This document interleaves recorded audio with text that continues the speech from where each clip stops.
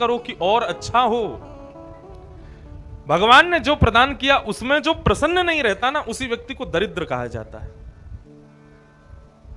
दरिद्री व्यक्ति जो सदा सर्वदा भगवान के प्रदान की हुई वस्तु पर संदेह करता है, संशय करता है, शोक मनाता है, ऐसे व्यक्ति को नरक जाना पड़ता है।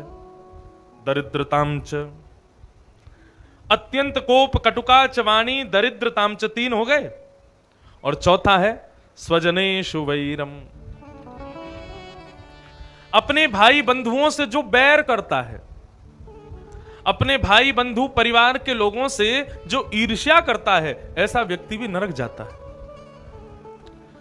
अत्यंत कोप कटुका च वाणी, दरिद्रतां च स्वजनेषु वैरम, जो अपने लोगों से ईर्ष्या करता है, ऐसा व्यक्ति भी नरक जाता है। नीच प्रसंग, 5वां क्या है? नीच लोगों का जो संग करता है। नीच किसे कहते हैं? माता पिता की आज्ञा ना माने, गुरु आज्ञा ना माने, शास्त्र आज्ञा ना माने, धर्म के पथ पर ना चले, मांस भक्षण करे, मदिरा पान करे, पराई स्त्री संग करे, ऐसे नीच का जो संग करता है, ऐसे नीच लोगों का जो साथ देता है, उस व्यक्ति को नरक जाना पड़ता है। मदिरा पीने वाला, भक्ष भक्ष खाने वाला तो नरक जाएगा ही जाएगा, लेकिन उसके साथ जो बैठता है, उससे जो बातें करता है, उससे जो संबंध बनाता है, उस व्यक्ति को भी नरक जाना पड़ता है। आप नरक जाओगे, यमराज से पूछोगे मेरा अपराध क्या था? बोले तेरा अपराध यह था कि तू एक शराबी कबाबी के साथ बैठता था। अरे वो खाता था, वो पीता था, मैं थोड़ी खाता था।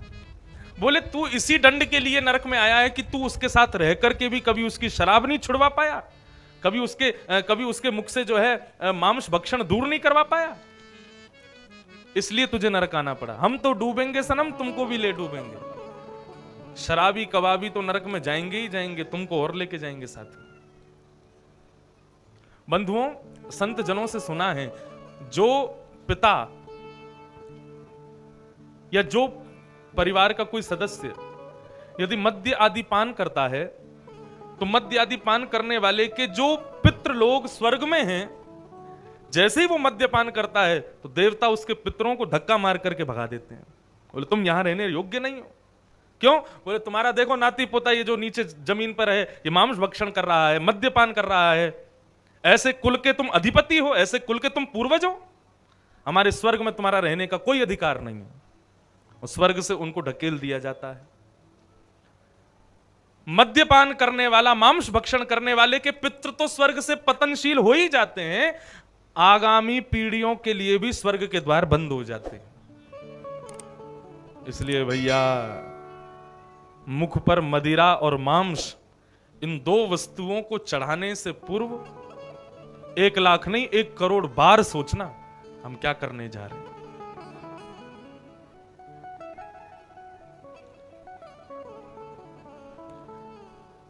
नीच प्रसंग, तो भैया मद्यपान करने वाला, मांस भक्षण करने वाले का पाप तो गिनती में, मतलब वो तो पापी है ही है, लेकिन उसका जो संग करता है, उसके जो संग बैठता है, ऐसे व्यक्ति को भी नरक जाना पड़ता है। हमारे शास्त्र आज्ञा करते हैं, पाप करने वाले से ज्यादा पाप होते हुए देखने वाले को ज्यादा पाप लगता है। मतलब भीष्म पितामह ने भगवान से पूछा कि प्रभु एक बात बताओ, महाभारत युद्ध में दुर्योधन, दुशासन आदि इतने बड़े बड़े ये सब दुष्ट, इनको आपने 1-2 बाणों में ही मार दिया, और मैं इतना बड़ा धर्मात्मा, मैं इतना बड़ा आपका भक्त, आपका स्नेही, मेरे रोम रोम में बाण लगे। मेरा अपराध केवल इतना था कि मैंने कौरवों का संग किया, इसके अलावा मैंने जीवन में कभी कोई पाप नहीं किया, मुझे इतनी दर्दनाक मृत्यु क्यों मिली है? भगवान ने कितना अच्छा उत्तर दिया। भगवान बोले, भीष्म पितामह, दुर्योधन और दुशासन ये तो पापी थे, पाप करते थे, लेकिन आप पाप भंजन थे। आप चाहते तो इनके पापों को दूर कर सकते थे, इनको रोक सकते थे। आपने इनको बल होते हुए भी, क्षमता होते हुए भी कभी दुर्योधन दुशासन को रोका नहीं ना, इसलिए आपको ज्यादा पीड़ा मिली है। भरी सभा में द्रौपदी निर्वस्त्र हो रही थी, आप यदि एक बार उठ करके दुर्योधन से कह देते, दुर्योधन द्रौपदी का स्पर्श मत करना। तो दुर्योधन की हिम्मत नहीं थी, ताकत नहीं थी कि वो द्रौपदी का स्पर्श करे, लेकिन आप चुपचाप बैठे रहे। इसलिए पाप होते हुए देखा है आपने, इसलिए आपको इतना घनघोर, इतना भयावह आपकी मृत्यु हो रही है। नीच प्रसंग कुलहीन सेवा, जो अपने माता पिता से प्रेम नहीं करता ऐसा व्यक्ति तो नरक जाता ही है, लेकिन जो अपने माता पिता का कभी नहीं हुआ ऐसे व्यक्ति को जो अपना मित्र बना लेते हैं वो भी नरक जाते हैं। ये 6 गुण बताए गए नरक जाने वालों के। इसलिए भैया हमारी आपसे करबद्ध प्रार्थना है, आप कितने भी स्वच्छ हो, आप कितने भी सही हो, आप भले ही कुछ ना खाते हो ना पीते हो, लेकिन सदा सर्वदा ये विचार करके रखना, हम कभी ऐसे व्यक्ति के संग बैठे भी ना जो खाता पीता हो, क्योंकि उसके संग बैठने मात्र से भी हमको नरक जाना पड़ेगा। चिन्हानि देहे नरकम गताना। थोड़ी बहुत देर में अगर हमारा एसी नहीं चलो तो हम भाप बन के उड़ जाएंगे, इतनी गर्मी लग रही है। आज तो कुछ ज्यादा ही विकट गर्मी है। ये बंद है गया भैया ने दिखवाइयो कैसे चलेगो हैं, आधा लाइन कट गई है तो ने एकाध देर में भाप बन के उड़वे वारे हैं हम।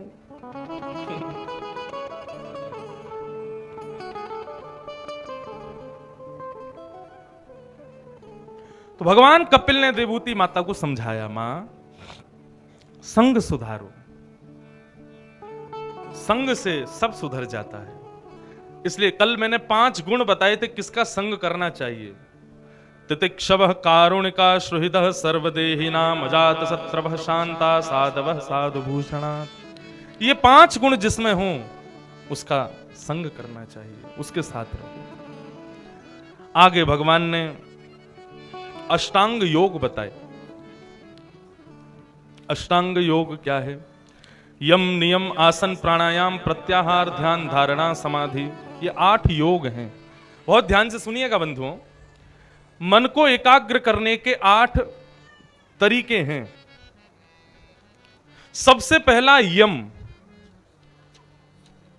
जिस प्रकार शरीर में कोई रोग हो जाता है तो हम लोग योग आसन करते हैं ना, ठीक बंधुओं उसी प्रकार जब शरीर मोटा पतला आदि होता है तो योग करते हैं। ऐसे ही जब मन विचलित होता है ना, मन में एकाग्रता नहीं होती, तो मन को एकाग्र करने के लिए भी 8 योग हैं। उनमें सबसे पहला योग है यम। यम किसे कहते हैं? इंद्रियों की इच्छाओं के दमन को ही यम कहते हैं। जीभ की इच्छा हो रही है कि नए बीड़ी पी लें, लेकिन तुम अपनी जीभ को वशीकृत करके बैठे हो कि बेटा छूनी नहीं है। आप तुमको 7 दिन कथा सुन ली है महाराज की, अब बीड़ी तंबाकू सिगरेट ये सब छूना नहीं है। अपनी जीभ को वशीकृत करते हुए उस दूषित काम को ना करना, इसी को कहते हैं यम। क्या कहते हैं? यम। यम दूसरा है नियम। व्यक्ति के जीवन में एक नियम जरूर होना चाहिए। कैसा नियम? प्रातः काल उठ के रघुनाथा, मात पिता गुरु ना वही माथा। प्रातः काल उठ के रघुनाथा, मात पिता गुरु ना वही माथा। ये तो रघुनाथ जी का एक नियम था, लेकिन व्यक्ति को अपने जीवन में एक नियम जरूर बनाना चाहिए। सुबह उठते ही उस नियम का पालन पहले किया जाए, उसके बाद आदि आदि कार्यों को किया जाए। ये एक नियम होना चाहिए। एक व्यक्ति था एक गांव का, कथा में पहुंच गया। कथा में व्यास जी बोल रहे थे कि अपने जीवन में कोई एक नियम बना लो, क्योंकि महाभारत के अनुशासन पर्व में भीष्म पितामह कहते हैं यदि 12 साल तक किसी एक नियम का पालन किया जाए तो 12 वर्ष में वो नियम जो है सिद्ध हो जाता है। 12 साल तक बेनागा एक नियम का पालन करो।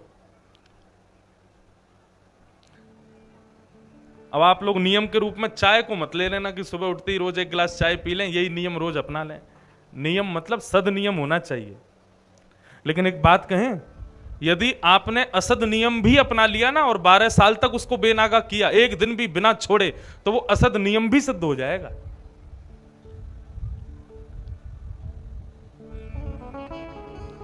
तो एक व्यक्ति कथा में पहुंच गया, कथा में जाकर के बैठा तो कथा में व्यास जी कह रहे थे एक नियम बना लो कोई भी तो नियम से सिद्धि प्राप्त होती है। चल गो भैया, ये कर लो, मैं कर लो। अरे भैया कितना बड़ा फूल है।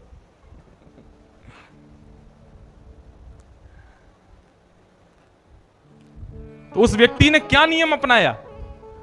वो अपने घर पर गया, रात भर सोचता रहा क्या नियम अपनाऊं, क्या नियम अपनाऊं, क्या नियम अपनाऊं। सोचते सोचते सो गया। सुबह जैसे ही उठा तो उसके बिस्तर के बगल में खिड़की थी, उसने खिड़की खोली तो सामने एक कुम्हार का घर था। वो कुम्हार बैठ करके मटका बना रहा था। उसको उसने जैसे ही देखा तो उसने कहा यही नियम बना लेता हूं। क्या? 12 साल तक रोज सुबह उठ करके इस कुम्हार को देखा करूंगा, इस कुम्हार का दर्शन करूंगा रोज। बताओ कितना असद नियम बनाया उसने। अब वो रोज सुबह उठ करके खिड़की खोल के देखता, सामने कुम्हार को देख लेता, उसके बाद अपना चाय पानी नाश्ता करके और नहा धो के चला जाता। ये उसका सद नियम था। अब एक दिन जैसे ही वो सुबह सुबह उठा, अपनी खिड़की खोली तो सामने कुम्हार था ही नहीं। कुम्हार कहीं चला गया तो उसने तुरंत अपनी आंखें बंद की। अरे राम राम, आज कुम्हार नहीं देखा, मेरा नियम टूट जाएगा। आंखों पर हाथ धर के जैसे तैसे उसके घर पहुंचा। घर पर जाके पूछा अरे भैया कहां चले गए? उसकी पत्नी मिली। पत्नी ने कहा कि वो तो आज है नहीं, पास के जमीन से मिट्टी लेने गए हैं। अच्छा कहां है जमीन? बोले सीधे सीधे जाओगे, आगे से दाहिने मुड़ोगे, वहीं जमीन है। तो आंख पर ही हाथ रख के सीधा सीधा चल के गया, सीधा सीधा चल के गया और आगे जैसे ही पहुंचा जमीन के पास तो वहां जमीन पर कुम्हार मट्टी खोद रहा था। तो खोदते खोदते उसको जमीन के भीतर सोने के 4 कलश मिले। अब 4 कलश जैसे ही उसको मिले गड़े हुए तो उसने कहा अरे वाह वाह वाह, 4 सोने के कलश मिल गए। अरे जल्दी से इनको ठिकाने लगा लूं, कोई देख ना ले मुझको, क्योंकि किसी ने यदि देख लिया तो उसको देना पड़ जाएगा। अब वो 4 कलशों को वहां से निकाल ही रहा था, इतने में ही वो सामने घर वाला जो रोज कुम्हार को देखता था वो वहां पहुंच गया। और उसने आंख से हाथ उठा करके देखा तो दूर कुम्हार वो खुदाई कर रहा था, नीचे कलश निकाल रहा था। उसने दूर से ही जैसे उसका नियम पूरा हुआ कुम्हार को देखने, हाँ देख लिया देख लिया देख लिया, जय हो भगवान, मेरा तो नियम पूरा हो गया, मैंने देख लिया। अब जैसे ही इसने कहा मैंने देख लिया तो कुम्हार बोला राम राम राम राम। इसने देख लिया, पूरे गांव में जाके हल्ला मचा देगा, मेरे सोने के कलश चोरी हो जाएंगे, लुट जाएंगे, मेरे पास कुछ नहीं बचेगा। भलाई इसी में है, इसने देख लिया है 4 कलश हैं, 2 इसको दे देता हूं, 2 अपने पास रख लूंगा। कुमार ने कहा अच्छा सुन सुन सुन, जा मत कहीं भी, आजा, 2 तेरे 2 मेरे। उसने कहा क्या? बोले तूने कलश देख लिए ना, ले 2 तेरे हैं 2 मेरे हैं। और उसके हाथ में 2 कलश पकड़ा दिए। बोले सुन चुपचाप चला जा, गांव में किसी से कहना मत, तू अपने पास रख ले 2 और 2 मेरे पास हैं, बढ़िया प्रेम से दोनों इन्हीं में ही गुजारा कर लेंगे, जीवन भर निकल जाएगा, बहुत पैसा मिलेगा। अब तू किसी को कह देगा तो और बंटवारा करना पड़ जाएगा, इसलिए बढ़िया दोनों के पक्ष में 2-2 आ गए। और कुमार तो ऐसा कह के चला गया, लेकिन वो व्यक्ति सोचने लगा मैंने इतना दूषित नियम अपने जीवन में बनाया कि रोज एक कुमार को मैं देखूंगा और मेरे उस नियम का प्रभाव ऐसा हुआ कि आज मुझे 2 सोने के कलश मिल गए। यदि मैंने अपने जीवन में कोई सदनियम बनाया होता, कुछ अच्छा नियम बनाया होता, तो आज मुझको ना जाने क्या प्राप्त हो गया होता। इसलिए बंधुओं, एक ना एक नियम जीवन में जरूर बनाओ। जैसे जब तक हनुमान चालीसा का पाठ नहीं कर लूंगा तब तक जल भी पान नहीं करूंगा, एक सदनियम है। जब तक सूर्य नारायण भगवान को प्रणाम नहीं कर लूंगा तब तक नाश्ता नहीं करूंगा, ये एक सद नियम है। अपने माता पिता गुरु के चरणों में दंडवत लेट करके जब तक प्रणाम नहीं कर लूंगा तब तक आज के दिन की शुरुआत नहीं करूंगा, ये एक सद नियम है। बंधुओं, आज से ऐसे ही एक एक सद नियम खुद भी बनाओ, अपने पति के भी बनवाओ, अपनी पत्नी के भी बनवाओ, और सबसे ज्यादा जरूरी अपने बच्चों से भी एक एक सद नियम करवाओ। सुबह उठते ही बच्चों को सिखाओ, बिस्तर से बालक जैसे ही उठे, उठ करके मुंह हाथ धो करके सारे बड़े लोग जितने भी घर में हैं सबके पांव छूने के लिए जाओ। पांव, आजकल बच्चे पांव छूना भूल गए, जांग छूते हैं, पांव थोड़ी छूते हैं। राम राम ऐसे करते हैं, एक हाथ से पांव छू लेते हैं, नहीं, ये विधान नहीं है। सबसे छोटा प्रणाम क्या है? दोनों हाथ चरणों से छुपा करके और फिर माथे से लगा के हृदय से लगाना। ये माथे से हृदय से क्यों लगाते हैं हम लोग? हमारे जीवन को 2 ही चीजें दूषित करती हैं, एक तो मति, दूसरा मन। हम बड़े जनों के चरणों में आशीष लेते हैं, उनके चरण छू करके पहले तो मति में लगाते हैं, हे बड़े लोग, हे हमारे दादाजी, हे हमारे पिताजी, हे हमारे गुरुजी, हम आपके चरणों में प्रणाम करते हैं। और सिर से लगाते हैं मतलब हमारी मति सुधारो, और फिर हृदय से लगाते हैं मतलब हमारा मन सुधारो। लोग आज विचित्र हो गए, बस पैर छू लेते हैं, ना उसको माथे से लगाते ना उसको मन से लगाते, अलग ही हो गया। सबसे बढ़िया नियम क्या है? अपने माता पिता के चरणों में सर रख करके प्रणाम करो और क्या बोलो? जय श्री कृष्ण, जय सिया राम, जय श्री राम, कुछ भी ऐसा ही भगवत नाम कहो तो अच्छा रहेगा। तो यम, अपनी इंद्रियों को वश में करो। 8 योग बता रहा हूं मैं। दूसरा, नियम बनाओ, यम नियम। और तीसरा है आसन, अपने आसन को जीतो। मन की एकाग्रता कैसे पता चलती है? जो व्यक्ति एक आसन पर बहुत देर तक बैठ सके, समझो उसका मन एकाग्र है। और ग्रामीण क्षेत्र में लोग खूब हुष्ट-पुष्ट बलवान होते हैं, लेकिन हमने एक चीज देखी, बुरा मत मानना, गांव के लोग सुख आसन पर बहुत कम बैठते हैं। ये इस तरीके से जैसे हम बैठे हैं आलती मार पाल के, ऐसे लोग गांव के लोग नहीं बैठ पाते। हम कहें महाराज बैठा करो, महाराज गौर पिरात है, क्या बोलते हैं इसको? गौर? हमारे यहां कहते हैं घुटने। महाराज घुटनान में दर्द होता है, कैसे बैठे महाराज? ये सुख आसन है। ऐसा नहीं है कि हमको दर्द नहीं होता, 4 घंटे हम एक ही आसन पर बैठे रहते हैं। जब यहां से उतरते हैं ना तो पूरी महाराज चींटियां दौड़ती हैं पैर में, तो थोड़ी देर तक के लिए पैर सुन्न हो जाते हैं। लेकिन इस आसन पर बैठने से 2 फायदे होते हैं। पहला फायदा तो ये, मन एकाग्र रहता है। हम यदि किसी और आसन में बैठ जाए ना तो हमसे कथा नहीं होगी। इस आसन पर बैठे रहेंगे तो पूरे 4 घंटे क्या 6 घंटा कथा करवा लो। मन एकाग्र होता है इस आसन पर बैठने से। इसलिए आसन को जीतो, अपने आसन को जीतने का प्रयास करो। यम नियम,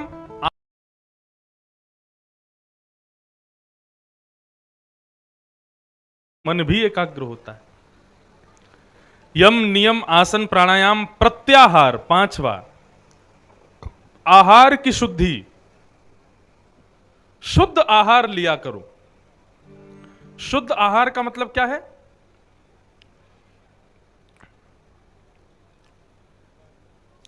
शुद्ध आहार का तात्पर्य है वही भोजन करना है जो भगवान को भोग लग सके। भगवान को बिना भोग लगाए कुछ भी नहीं खाना है, भगवान को बिना भोग लगाए कुछ भी नहीं पाना है। जब तक भगवान भोग नहीं लगे तब तक उसको स्वीकार नहीं करना है। और भगवान के भोग में वही वस्तु जानी चाहिए जो भोग लगने योग्य हो। प्याज लहसुन का भगवान को भोग नहीं लगता, और यदि भगवान को भोग नहीं लगता तो हम क्यों खावें? हमको भी नहीं खाना चाहिए। कभी जभी की बात अलग है, कभी कभी हो जाए तो ठीक है, नहीं तो प्रयास करो नित्य ठाकुर जी का भोग लगा के खाओ, और भोग में वही वस्तु पाओ जो ठाकुर जी को भोग लग सकती है।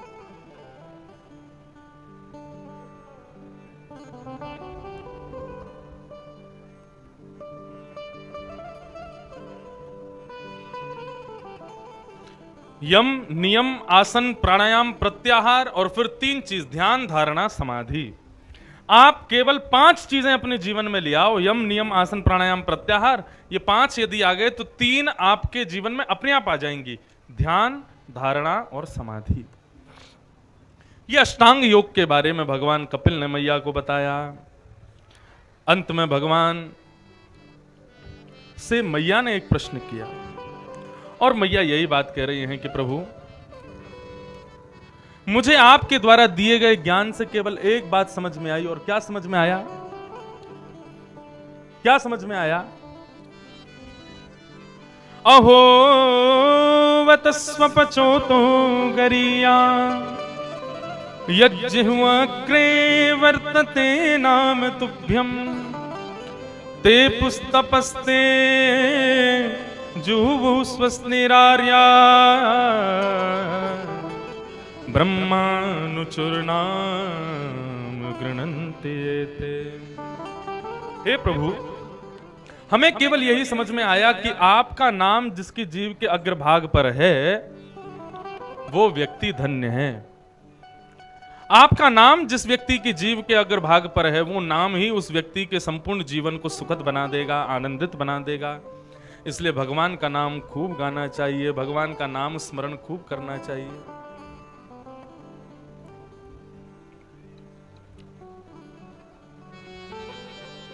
राम नाम गाओ।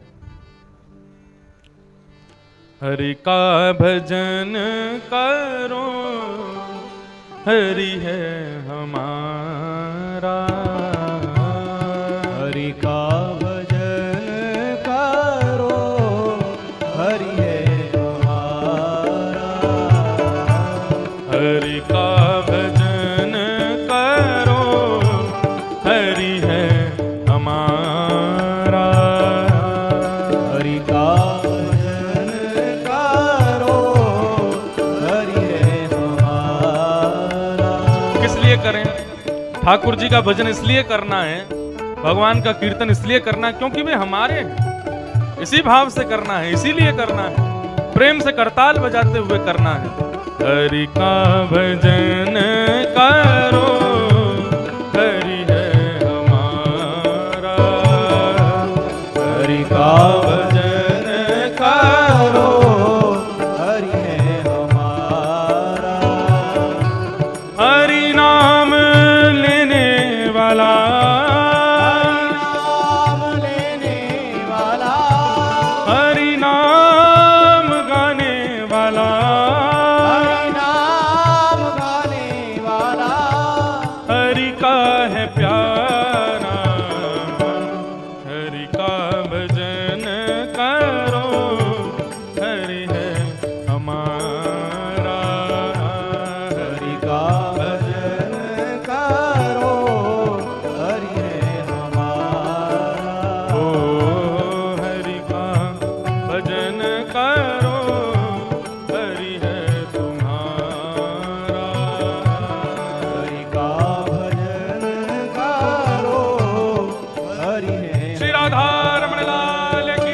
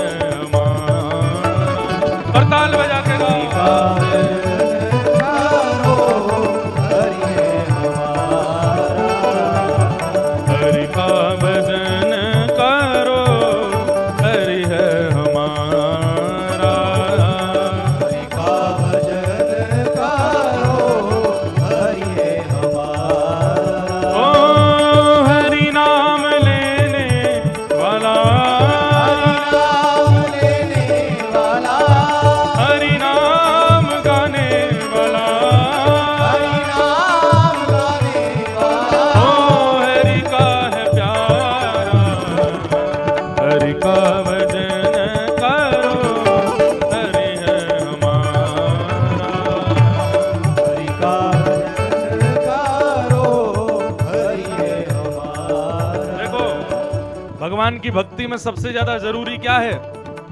उत्साह।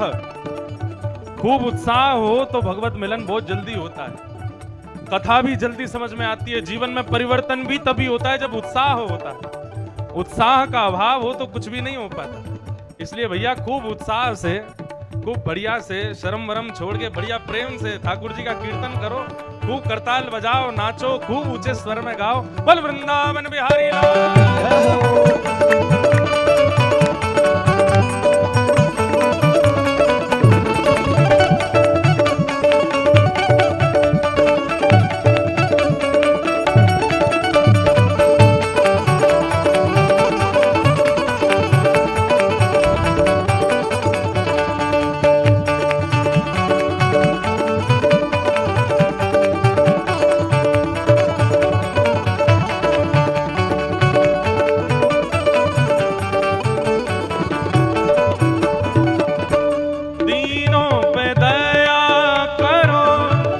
बने तो सेवा करो, दीनों पे दया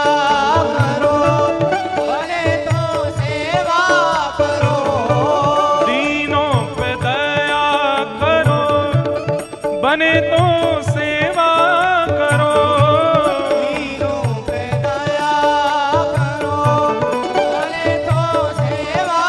करो, मोह सब दूर करो, प्रेम हरि से करो, मोह सब दूर करो, प्रेम हरि से करो, यही भक्ति यही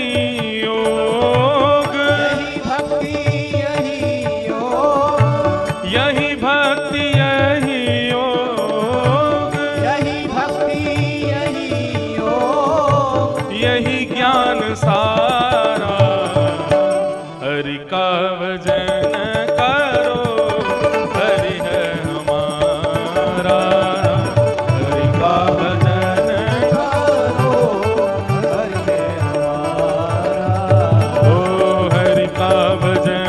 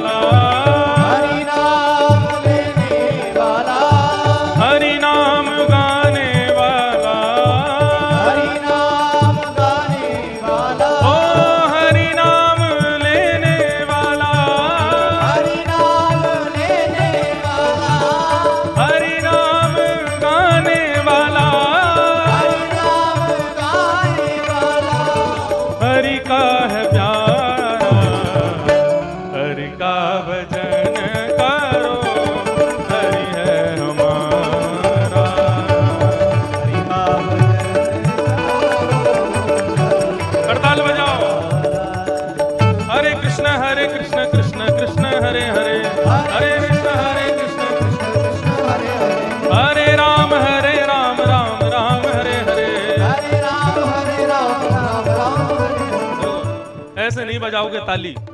आज एक काम करना, ज्योतिषाचार्य कहीं कोई मिले तो उनको अपनी हाथ की रेखा दिखा के आना और वो बताएंगे महाराज काय की रेखा खराब हुआ है, गुरु की रेखा खराब है या शुक्र की खराब चल रही है, जो भी शनि की महादशा चल रही है वो सब बताएंगे आपके कि ऐसे ऐसे खराब चल रही है। तो 3 दिन की कथा बची है, रोज ताली बजाना कथा में आके, दे दनादन ताली, और फिर कथा जब पूरी हो जाए उसके बाद जाके दिखाना, बोले अब क्या है भैया, बोले भाग्य की रेखा खुल गई तुम्हारी, सब बढ़िया हो गया है। महाराज ये हाथ की रेखा बदल जाती है ठाकुर जी के कीर्तन में करताल बजाने से, इसलिए भाव से भुजा उठा के ओहो हरे कृष्ण कृष्ण कृष्ण हरे हरे, हरे कृष्ण कृष्ण कृष्ण हरे हरे, हरे राम राम राम हरे हरे, हरे राम राम राम हरे हरे, हरे कृष्ण कृष्ण कृष्ण हरे हरे, हरे कृष्ण कृष्ण हरे हरे, हरे राम राम राम हरे हरे, हरे राम राम राम हरे हरे, हरे कृष्ण कृष्ण कृष्ण हरे हरे, हरे कृष्ण कृष्ण हरे हरे, ओ हरे राम राम राम हरे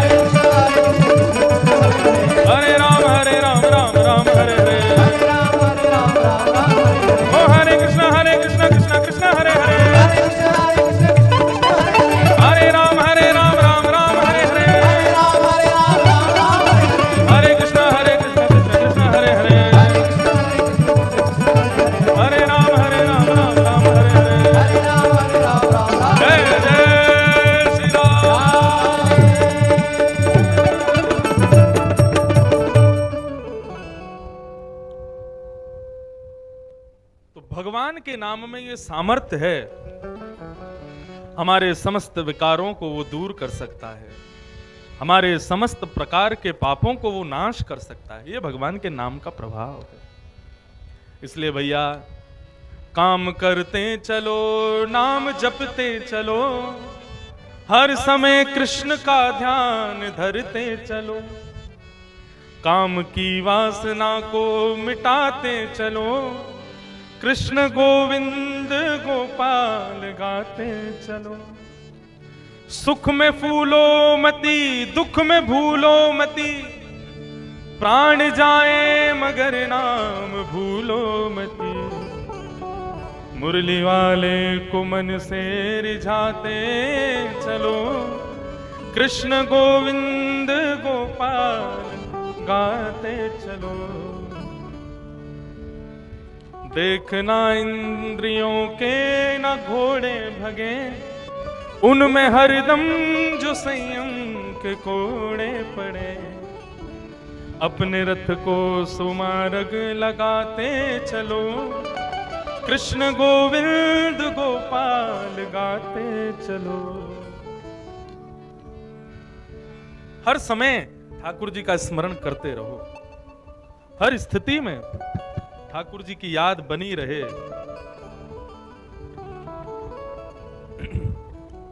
इस प्रकार कपिल भगवान ने अपनी माता देवहूति को ज्ञान उपदेश किया और देवहूति माता संपूर्ण ज्ञान युक्त होकर के सिद्धता नाम की नदी बनकर के बहने लगी। अब और खराब है क्या यार।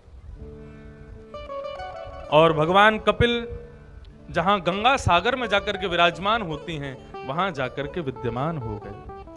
सारे तीर्थ बार बार, गंगा सागर एक बार, ऐसे गंगा सागर में भगवान कपिल विराजमान हुए। बोलो कपिल भगवान की जय। कल हम एक बात तो बताना भूल ही गए कथा में, कि आज कथा में ठाकुर जी का जन्मोत्सव है। जब यहां से चले गए तब याद आई कि हम तो बताना भूल ही गए। लेकिन कई माताएं पीली पीली साड़ी पहन करके बैठी हैं, तो हमको पता चल गई कि इनको पता था कि आज कृष्ण जन्मोत्सव होगा। और अगर इनको नहीं भी पता होगा और ये वैसे ही पहनी आई, तो इनको यही समझना चाहिए ठाकुर जी ने इनके ऊपर बड़ी कृपा करी कि इनको नहीं पता था तब भी इनको पीली साड़ी पहनवा दी। आज ठाकुर जी का जन्मोत्सव ना, पीले पीले पहन के आया था, हम भी थोड़े से पीले पटका डाल के आए हैं। अभी भाव से ठाकुर जी का जन्मोत्सव मनाएंगे। तो बंधुओं, इस प्रकार भगवान कपिल ने माता देवहूति को ज्ञान उपदेश दिया। देवहूति माता की दो बहन और हैं, एक का नाम है आकुति और एक का नाम है प्रसूति। उनकी कथा बताई गई। आकुति का विवाह रुचि नाम के प्रजापति से हुआ और इनके यहां पर यज्ञ नारायण भगवान का प्रादुर्भाव हुआ। बोलो यज्ञ नारायण भगवान की। यज्ञ साक्षात नारायण है, यज्ञो वही विष्णु। यज्ञ साक्षात विष्णु का स्वरूप है, नारायण का स्वरूप है। उनको बारंबार वंदन करते हैं, प्रणाम करते हैं। यज्ञो वही विष्णु। यज्ञ नारायण का ब्याह हुआ दक्षिणा के साथ, इसलिए जब तक दक्षिणा नहीं दोगे यज्ञ पूर्ण नहीं माना जाता। अब तुम ब्राह्मणों से कितना भी हवन करवा लो, कितना भी जप करवा लो, कितना भी पाठ करवा लो और कितना भी कथाएं करवा लो, लेकिन यदि तुमने दक्षिणा नहीं दी तो उनका यज्ञ, उनका जप, उनका तप, उनकी कथा, उसका फल उन्हीं को ही मिलेगा, ब्राह्मणों को ही मिलेगा, तुमको कुछ नहीं मिलेगा। अब देखो, शनि की महादशा चल रही है हम पर और उसके लिए जप कर रहे हैं ब्राह्मण, तो जो जप कर रहा है उसी की सही होनी चाहिए, हमारी सही क्यों होगी? लेकिन हम क्या करते हैं, ब्राह्मणों को फिर यथा उचित दक्षिणा दे देते हैं। तो दक्षिणा लेते ही ब्राह्मण क्या करते हैं, उन्होंने जितना परिश्रम किया पाठ में, जप में, उन सब का परिश्रम का जो फल है वो यजमान को दे देते हैं। यजमान के जीवन में सब सुख समृद्धि आ जाती है। इसलिए ब्राह्मणों को दक्षिणा देने का विधान है, क्योंकि यज्ञ की पत्नी है दक्षिणा। आकुति के 16 ब्याह हुए, 16 कन्याएं हुई। दक्ष प्रजापति से उनका ब्याह हुआ। 16वीं कन्या सती हुई। सती का ब्याह शिव से हुआ और उनकी कथा बड़ी प्रसिद्ध है कि पिता के यहां पर पति का उचित सम्मान ना होने की वजह से सती ने अपने प्राणों का परित्याग कर दिया। वो सब कथाएं यहां सुनाई गई। फिर इन्हीं आकुति देवहूति प्रसूति के दो भाई हैं, प्रियव्रत और उत्तानपाद। अब उनकी कथा बताई जा रही है। एक राजा हुए, उनका नाम था उत्तानपाद। उत्तानपाद का अर्थ होता है जिसके पांव का तलवा ऊपर की ओर हो जाए, उसको उत्तानपाद कहते हैं। जब हम लेट के दंडवत प्रणाम करते हैं उस समय हमारे पांव के तलवे ऊपर की ओर होते हैं, वो उत्तानपाद मुद्रा है। युधिष्ठिर जी को भी उत्तानपाद कहा जाता था, क्योंकि युधिष्ठिर जी जहां कहीं भी पीला वस्त्र देखते थे, पीतांबरी देखते थे, केसरिया रंग देखते थे, तो युधिष्ठिर जी को लगता था ये मेरे द्वारिकाधीश हैं। वो तुरंत प्रणाम करते थे। एक बार दुर्योधन ने उनके साथ एक खेल किया। एक गधे को पीले वस्त्र पहना करके, पीले कपड़े उड़ा करके और जंगल में छोड़ दिया। युधिष्ठिर जी महाराज भ्रमण करते हुए गए तो जैसे ही गधा सामने आया, पीले वस्त्र उसने पहन रखे थे, तो युधिष्ठिर जी का नियम था पीत वस्त्र देखते ही प्रणाम करते थे।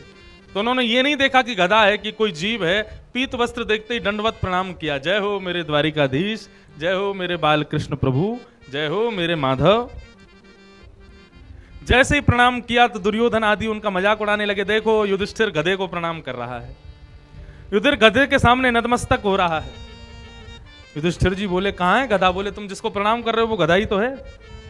युधिष्ठिर जी बोले वो गधा नहीं है, मेरे द्वारिकाधीश है। दुर्योधन बोला अरे पागल, मैंने ही उसको पीले कपड़े में ढक दिया, तुझको पता नहीं चला, लेकिन उसके भीतर गधा है। युधिष्ठिर बोले मुझे पूर्ण विश्वास है कि मेरे द्वारिकाधीश है। दुर्योधन बोला मैं अभी कपड़ा हटा के दिखाऊं? बोले दिखाओ। जैसे ही वस्त्र हटाया तो गधा ही था, लेकिन युधिष्ठिर के प्रेम भाव की वजह से वहां पर द्वारिकाधीश प्रकट हो गए। और जैसे ही द्वारिकाधीश प्रकट हुए, प्रबल प्रेम के पाले पड़कर हरि को नियम बदलते देखा, अपना मान तले टल जाए पर भक्त का मान न टलते देखा। अपना मान तले टल जाए पर भक्त का मान न टलते देखा। ठाकुर जी अपने भक्त की मान को बचाने के लिए गधे में से प्रकट हो गए। ऐसे द्वारिकाधीश।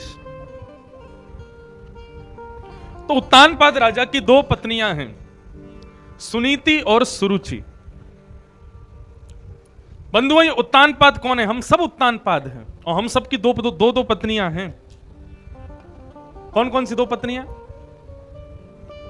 एक पत्नी है मति, बुद्धि, और दूसरी पत्नी है मन। ये दो हम सब की पत्नियां हैं, बुद्धि और मन। कैसे? पत्नी किसे कहते हैं या पति किसे कहते हैं? ये जिससे हम ब्याह करते हैं, चाहे वो पत्नियों के लिए पति हो, पति के लिए पत्नी हो, इनका मूल अर्थ क्या है? जो अपनी इच्छा को हमसे पूरा करवावे उसी को पत्नी कहते हैं, और जो पति अपनी इच्छा पूरी करवावे वो पति कहलाता है। आप आपस में एक दूसरे की जो इच्छा पूरी करें वही पति पत्नी। ठीक वैसे ही बंधुओं हम सबको दो दो पत्नियां भगवान ने दी हैं। पहली तो बुद्धि। हमें कुछ भी करना है तो पहले बुद्धि से पूछना पड़ता है। कथा में चलें तो मन मना करेगा, अरे तापड़ों पर रहो, बुरी तरह से गर्मी पड़ रही है, कहां कथा में जाओगे? इतनी गर्मी पड़ रही है, धरती जल रही है, आकाश से ओले गिर रहे हैं, वो गर्म गोले गिर रहे हैं, कैसे सुनने जाओगे कथा? तो मन तो मना करता है, बढ़िया कूलर चला के बैठे रहो, एसी चला के बैठे रहो, कथा में क्या जाएंगे? लेकिन बुद्धि क्या कहती है? बोले गर्मी तो हर साल पड़ेगी लेकिन कथा हर साल नहीं होती है, इसलिए भैया आज कथा में चलो। गर्मी तो हर बार पड़ेगी लेकिन कथा बार बार नहीं होगी, महाराज जी बार बार नहीं आएंगे, इंद्रेश जी बार बार नहीं आएंगे, पहलवान जी बार बार कथा नहीं करवाएंगे, इसलिए भैया कथा हो रही है, गर्मी हो चाहे सर्दी हो, सुनने चलो। ये कौन कहता? बुद्धि कहती है। मन और बुद्धि ये दोनों हमारी पत्नियां हैं, ये दोनों जो आज्ञा करती हैं हम वही करते हैं। मन और बुद्धि। लेकिन बंधुओं आप सत्य बताना, मानव कौन सी पत्नी के प्रति ज्यादा आकर्षित रहता है, बुद्धि रूपी पत्नी या मन रूपी पत्नी? किस पत्नी की ओर ज्यादा आकर्षित रहते हैं हम? मन रूपी पत्नी की ओर। कोई व्यक्ति बहुत मोटा हो जाए तो घर के सब लोग कहेंगे, ए भाई सुबह सुबह घूमना शुरू कर दे, सुबह सुबह जाया कर, दौड़ लगा के आया कर। कितने बजे जाऊं? बोले 5:30 बजे जाया कर, दंड पेला कर, दौड़ लगाया कर। कहता है ठीक है। अब सुबह 5:30 बजे का फोन में अलार्म लगा लेता है, और जैसे सवेरे के 5:30 बजे फोन में अलार्म बजता है तो अलार्म देखता है, बोले क्या करना है? बोले घूमने जाना है, दंड लगाने जाना है, कसरत करने जाना है। बुद्धि कहती है जल्दी से उठ जा, चल खेत में जाएंगे, दौड़ भाग करके आएंगे, थोड़े पतले होना है हमको। बुद्धि तो कहती है चलो, लेकिन मन क्या कहता है? मन कहता है अरे सो जा भैया, आज और रुक जा, कल चला जाइयो। ए इतना बढ़िया कूलर चल रहा है, बढ़िया ठंडी ठंडी हवा आ रही है, अब कहाँ तू गर्मी में जावेगो डोलवे। मन कहता है कि और आराम करो, और हम लोग क्या करते हैं फिर? फोन को किया बंद, अलार्म किया बंद, बोले आज और आराम कर लूं, कल से घूमने जाऊंगा। मन की बात मान करके हम फिर से सो जाते हैं। हम मन को ज्यादा श्रेष्ठता देते हैं, क्योंकि बुद्धि और मन में अंतर क्या है? बुद्धि सदैव वो काम करवाती है जिसमें मानव को श्रम करना पड़े, और मन सदैव हमसे वो काम करवाता है जिसमें हमको आनंद मिले, जिसमें हमको सुख मिले, जिसमें हमको ज्यादा मेहनत ना करनी पड़े। मन वैसे काम ज्यादा करवाता है, और बुद्धि वो काम ज्यादा करवाती है जिसमें थोड़ा श्रम हो। लेकिन बंधुओं, जीवन तो स्वर्ग तब बनेगा जब मन बुद्धि दोनों एक साथ एक राग अपना में, जो मन की इच्छा हो वही बुद्धि की इच्छा हो। मन और बुद्धि दोनों की अलग अलग इच्छा रहेंगी तो सदा सदा गिरते रहोगे। हमको तब तक भक्ति करनी है, तब तक कथाएं सुननी है, तब तक सत्संग करना है जब मन बुद्धि दोनों एक स्वर ना गाने लग जाएं। जैसे ही लगे कि अब दोनों एक स्वर गाने लगे तो आपको कुछ करना ही नहीं पड़ेगा, अपने आप जीवन संवर जाएगा। मन बुद्धि को बचाओ। तो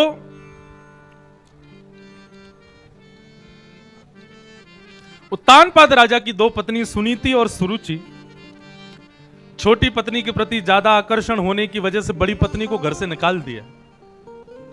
बड़ी पत्नी के बेटा हुए ध्रुव, छोटी पत्नी के बेटा हुए उत्तम। बड़ी पत्नी का बेटा जो ध्रुव है उसने अपने पिता को कभी देखा नहीं। वो गांव में खेलने जाता है बालकों के साथ। बालक एक दिन पूछते हैं कि हे ध्रुव, तेरी मां को तो हमने देखा है, लेकिन तेरे पिता कौन है? पिता के बारे में बताओ। ध्रुव जी महाराज कहने लगे, पिता कौन होते हैं? बोले अरे जैसे हमारे सबके माँ हैं, पिता भी हैं, ऐसे तेरे माँ तो हैं, पिता कौन है तेरे? बोले मैं आज माँ से पूछ के आऊंगा मेरे पिता कौन है। आज ध्रुव जी महाराज जब खेल करके घर आए तो अपनी माँ से कहने लगे, माँ मेरे पिता कौन है? माँ ने सोचा कब तक छुपाऊं ध्रुव से, एक दिन तो बताना है। हाथ पकड़ के घर से बाहर लाई, सामने एक भवन दिखाया और कहा, बेटा इसमें जो राजा बैठे हैं ना, इस भवन में, इस नगर के जो राजा हैं वही तुम्हारे पिता हैं, राजा उत्तानपाद। और बाकी बात तो बच्चों को क्यों बताएं कि हमको अलग कर दिया, आदि ये सब बातें नहीं बताएं। लेकिन ध्रुव जी के मन में इच्छा हुई मैं अपने पिता का मुखमंडल देखने जाऊं, मैं देखूं तो सही मेरे पिता हैं कैसे। जैसे ही राजभवन में प्रवेश किया बंधुओं, तो सामने स्वर्ण के सिंहासन पर राजा उत्तानपाद बैठे हैं और उनकी गोद में छोटी पत्नी का बेटा उत्तम बैठा है। बालकों की इच्छा होती है, वो जब दूसरे बालक को कुछ करता हुआ देखते हैं ना, तो उनकी इच्छा होती है हम भी करें। दूसरे बालक को खेलता हुआ दिखेंगे तो उनकी इच्छा होती है हम भी खेलें। दूसरे बालक को खाता हुआ देखते हैं तो बच्चों की इच्छा होती है हम भी खावें। उत्तानपाद राजा के गोद में छोटे बालक को बैठा देख ध्रुव के मन में इच्छा हुई कि मैं भी अपने पिता की गोद में बैठूं, ये मेरे पिता हैं। जैसे ही ध्रुव जी आगे को बढ़ने लगे तो छोटी माँ ने आकर के रास्ता रोक दिया। बोले ध्रुव कहां जा रहा है? बोले मैं अपने पिता की गोद में बैठने जा रहा हूं। छोटी माँ ने डांटते हुए कहा, वो तेरे पिता तो हैं लेकिन मैं तेरी मां नहीं हूं, और उस गद्दी पर उनकी गोद में बैठने का अधिकार उसी को है जो मेरी गर्भ से जन्म लेगा। तुझे यदि बहुत शौक है ना वहां बैठने का, तो वन में जा, वन में जाकर के भगवान का भजन कर। भगवान जब प्रसन्न होकर प्रकट हो जाएं तो भगवान से वरदान मांगना कि मैं छोटी मां के गर्भ से जन्म ले लूं, भगवान ऐसी कृपा कर दो। मर करके फिर मेरे गर्भ से जब तू जन्म लेगा ना, तब इस गद्दी पर बैठेगा। ध्रुव जी महाराज रोते हुए वहां से वापस अपनी मां के पास आ गए। दास दासी दौड़े दौड़े गए भवन से जाकर के ध्रुव जी की मां को सारी बात बताई। आज छोटी मां ने ध्रुव जी को कैसे समझाया, कैसे डांटा। तो ध्रुव जी की मां ने अपनी गोद में ध्रुव को बिठाया और कहा, बेटा तू नाराज क्यों होता है, तू रोता क्यों है?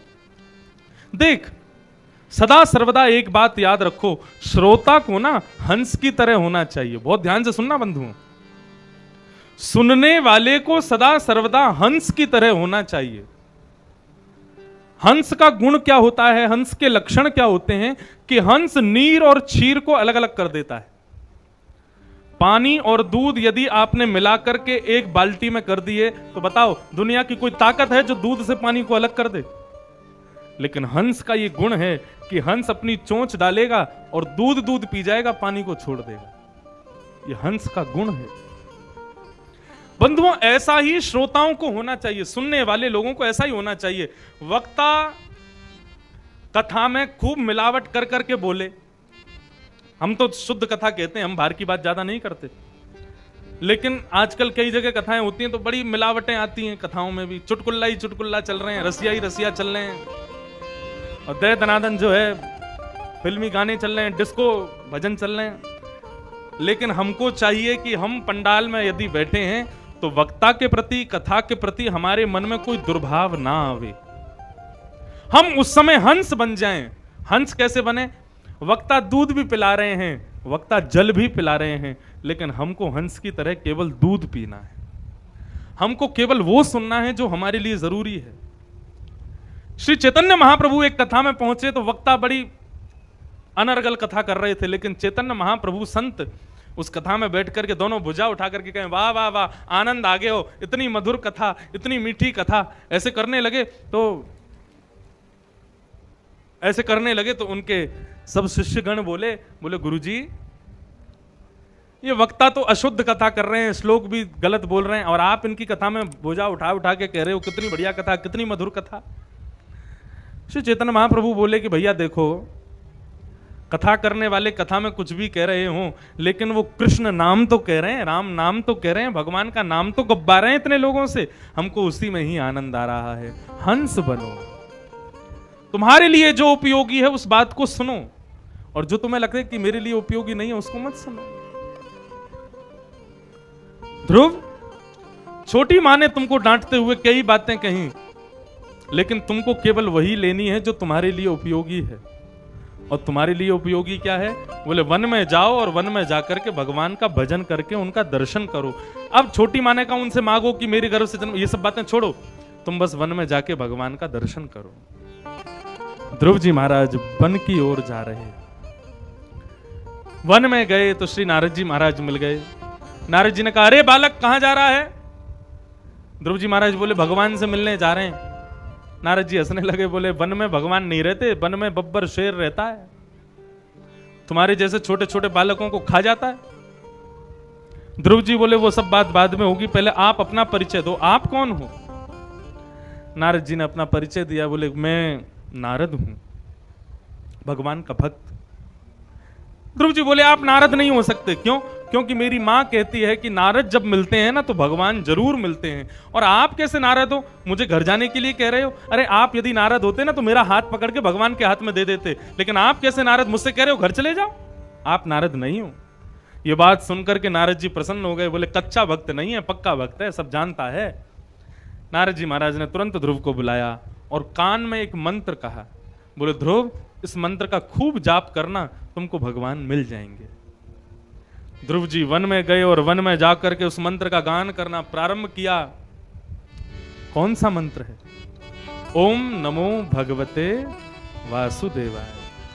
बंधुओं, वैसाख का महीना चल रहा, वैसाख का महीना है ना, बड़ा पावन पुनीत मास माना जाता है। कितनी सारी जयंतियां, कितने सारे महान पुरुषों का जन्म इसी वैशाख के महीने में हुआ है।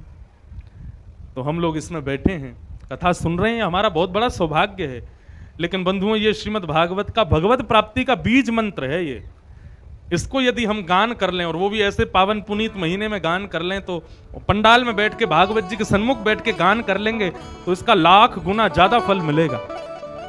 घर पे जाकर के और किसी महीने में और किसी स्थिति में यदि इस श्लोक को गाओगे तो पुण्य मिलेगा, लेकिन थोड़ा मिलेगा। लेकिन अभी गा लोगे तो इसका पुण्य लाख गुना ज्यादा मिलेगा। इसलिए सब लोग बड़े प्रेम और भाव से इस मंत्र का गान करना। ओम नमो भगवते वासुदेवाय। ओम नमो भगवते वासुदेवाय। ओम नमो भगवते वासुदेव।